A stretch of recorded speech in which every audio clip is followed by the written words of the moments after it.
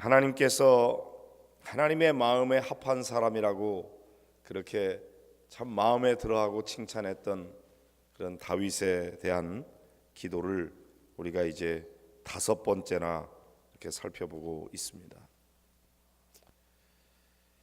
하나님이 그렇게 마음에 들어 하셨던 다윗은 죄가 없는 완벽한 사람이었기 때문은 아니었습니다. 그의 삶에도 정말 지우개가 있다면 싹 지워버리고 싶은, 이것만은 내 인생에서 싹 빼버리고 싶은 그런 것들이 있었습니다. 압살롬이 자기의 이복형인 암논을 쳐 죽인다든지, 아버지를 반역한다든지, 그래서 쫓겨다니고, 시므이라고 하는 사람이 다윗에 대해서 막 저주하고 그런 일들도 당하고, 더 먼저는 사울 왕에 의해서 확 쫓겨다니고, 다윗의 생애를 가만히 보면은 여러 가지 평안한 삶이 아니라 너무나 많은 우여곡절이 있었고, 그런 것도 다 없애면 좋았을 일들이었습니다. 그러나 가만히 생각해 보면 그것은 다윗이 저지른 일이기보다는 그냥 일어난 사건들이었어요, 밖에서.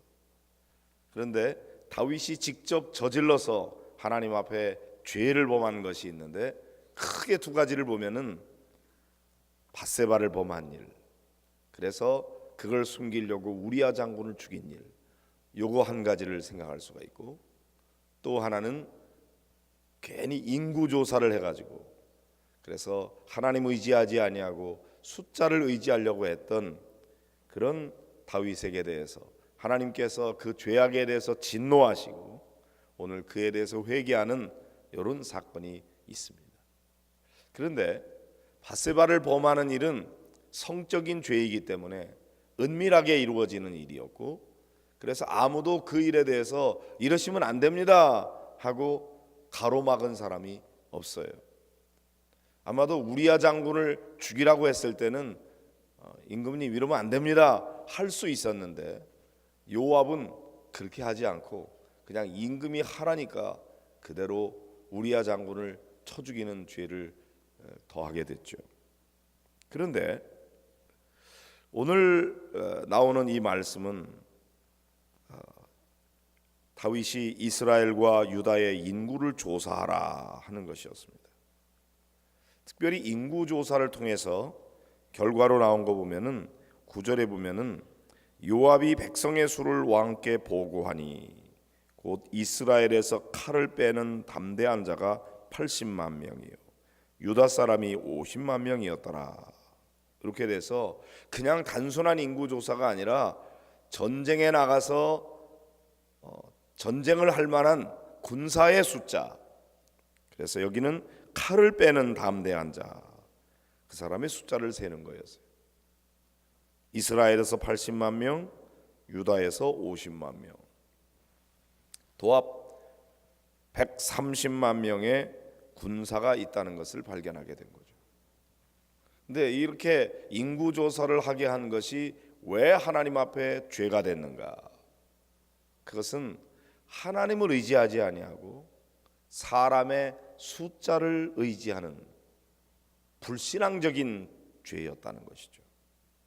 그런데 이런 일을 다윗이 시키게 될 때에 군사령관 요압에게 이 일을 시키게 되었는데, 이스라엘 모든 지파 가운데로 다니면서 단에서부터 브엘세바까지 쫙 가장 위에 북쪽에서부터 가장 저 남쪽까지 샅샅이 훑어서 인구를 조사해서 백성의 수를 내게 보고하라 그랬습니다. 그런데 이때 요압이 딱 나서서 뭐라 그러냐면은, 이 백성이 얼마든지 왕의 하나님 여호와께서 100배나 더하게 하사 내 주 왕의 눈으로 보게 하시기를 원하나이다. 그런데 내 주 왕은 어찌하여 이런 일을 기뻐하시나이까? 그리고 임금님, 지금 현재 숫자가 많이 있다고 할지라도 하나님께서는 이 백성들을 더 많게 해주실 것이고 100배나 더 많이 그렇게 해주실 수 있는 분인데, 굳이 지금 내 군사의 숫자가 얼마인지 그걸 세 가지고 거기에 마음을 의지하고 그 백성들의 숫자에 마음을 빼앗기고 그럴 일이 뭐가 있습니까? 어찌하여 이런 일을 기뻐하십니까? 그리 마옵소서. 이렇게 신하로서 임금님께 조심스럽게 반대 의견을 낸 거예요. 그런데 왕이 요압과 군대 사령관들을 재촉했습니다.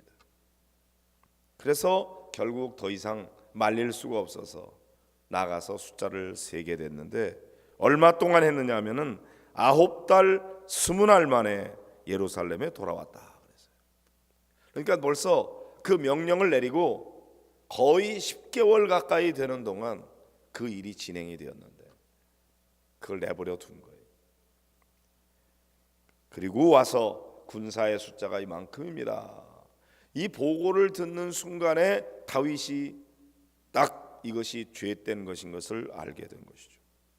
하나님을 의지해야 되는데 백성의 수를 의지하게 한 것, 이것이 하나님 앞에 죄가 되었다. 우리가 볼 때는 그런 거 뭐 그렇게 대단한 죄인가 그렇게 생각할 수가 있어요. 왜냐하면 우리가 이런 일들을 많이 하고 있거든요. 우리는 뭐 백성의 수를 세고 뭐 이러는 건 아니지만 우리가 숫자 세는 거는요, 통장에 있는 동그라미 숫자가 얼마나 늘어났는가. 그리고 하나님을 의지하기보다는 내 통장 안에 쌓이고 있는 돈에 대해서 의지하는 마음이 있지 않습니까? 그것이 마치 나의 건강을 보장하고 내 삶의 미래를 보장하고 내 자녀들의 삶의 축복을 보장할 것처럼 우리가 그렇게 착각하고 자꾸만 그거 쌓아놓는데 관심이 많은 경우가 있어요. 그리고 내가 했던 공로, 하나님 앞에서마저 자랑할 만한 그런 공로를 자꾸 내세우고 그거 딱 보이면서 나 이렇게 한 사람이야, 나 주님을 위해서 이런 일 하지 않았습니까? 내가 이 교회를 위해서 이런 일 하지 않았습니까? 그걸 자꾸 꺼내들면서 자기의 공로를 내세우고 하나님 앞에서 그런 것 가지고 딜을 하려고 하는 그런 얄팍한 생각들이 있습니다.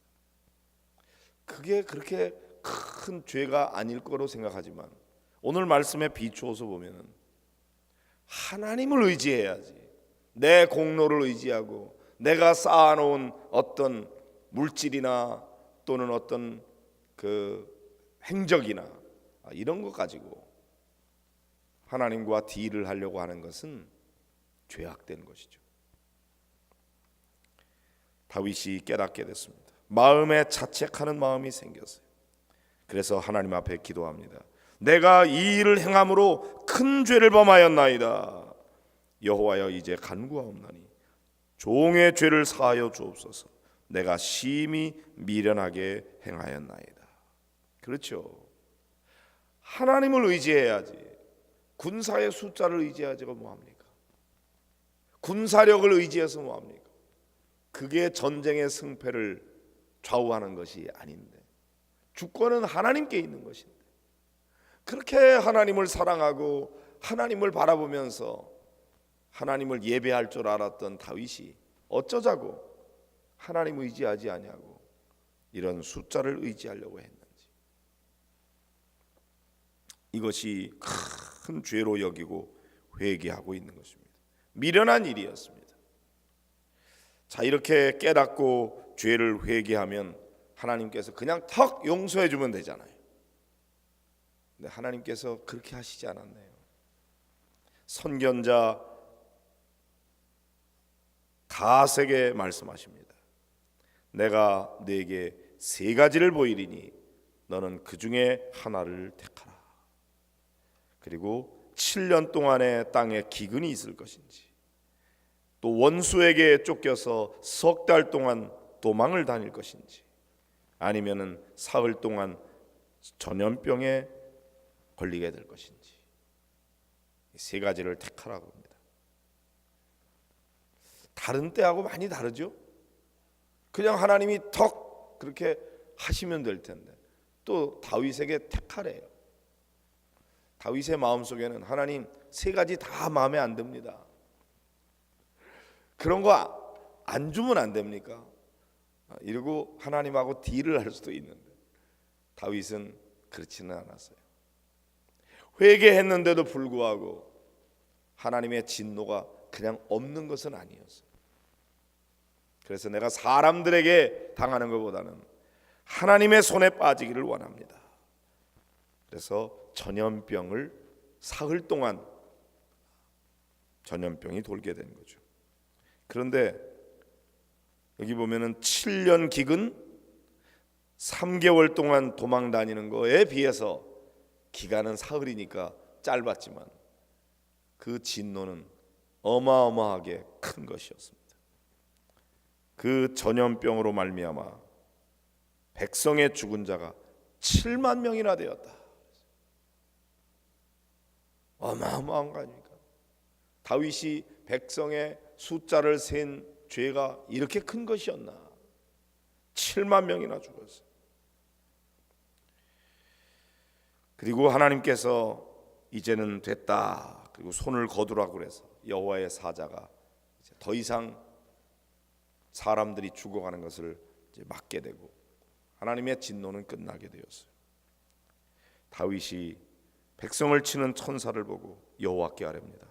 나는 범죄하였고 악을 행하였거니와 이 양무리는 무엇을 행하였나이까? 청하건대 주의 손으로 나와 내 아버지의 집을 치소서. 사실 죄는 다윗이 지었는데 형벌은 백성들이 받았어요. 7만 명이나 죽었어요. 다윗이 너무나 마음 아파하면서 하나님, 죄는 내가 짓지 않았습니까? 나와 내 아버지의 집이 진노를 당해야지. 왜 이 백성들이 이렇게 당한단 말입니까? 그리고 하나님 앞에 나아가서 회개하는 일이 나오죠. 그 다음에 여부수 사람 그 아라우나의 타작마당에 그 여호와의 사자가 있었다 그랬는데 거기에서 여호와를 위하여 제단을 쌓으라고 선견자 갓이 다윗에게 말합니다. 그 말에 다윗이 순종하죠. 아라우나의 집에 가서 이 아라우나가 왕이 오니까 얼굴을 땅에 대고 절을 하면서 어찌하여 제게 이렇게 오셨습니까? 그때 여호와께 제단을 쌓아서 이 백성에게 내리는 재앙을 그치게 하려고. 그러니까 임금님 원하는 대로 하십시오. 여기 소도 있고 뗄 나무를 위해서 하는 도구도 있고 소의 멍에도 있습니다. 제가 이 모든 것 다 왕에게 드리겠습니다. 그렇게 얘기했을 때 다윗은 어떻게 합니까? 그렇지 않다. 내가 값을 주고 네게서 살이라.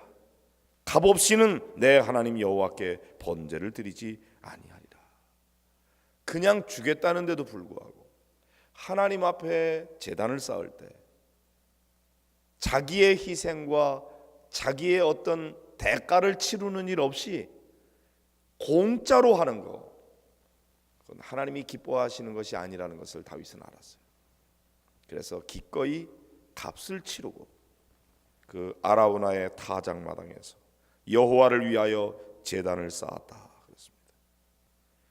그 땅을 위한 기도를 하나님께서 들으시고 이스라엘에게 내리는 재앙이 그쳤더라.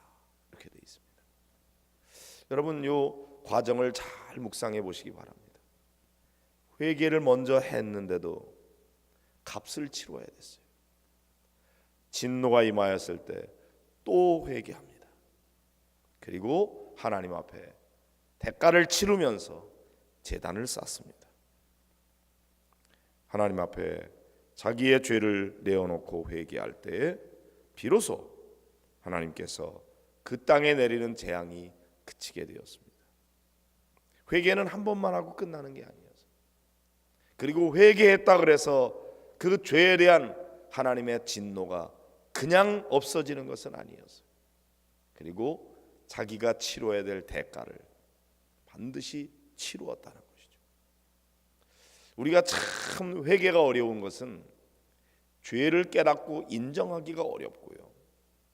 그 다음에 그것이 자기의 죄라고 하나님 앞에 고백하는 일이 그리 쉽지 않습니다. 왜냐하면 우리는 자꾸만 핑계를 대고 변명하고 책임 전가하고 그러는데 명수거든요. 내 죄라고 생각하지 않고, 그 왜 내 죄입니까? 그게 저 사람 때문에 내가 그러지 않았습니까? 당신이 만든 저 여자가 먹으라 그래서 먹지 않았습니까? 당신이 만든 저 뱀이 먹으라 그래서 먹지 않았습니까? 인정을 잘 안 해요. 왜 나만 가지고 그럽니까? 딴 사람도 다 그러지 않습니까? 뭐 그까짓 거 가지고 그럽니까? 별것도 아닌 거 가지고. 우리가 이렇게 죄를 회개하기가 어려워요.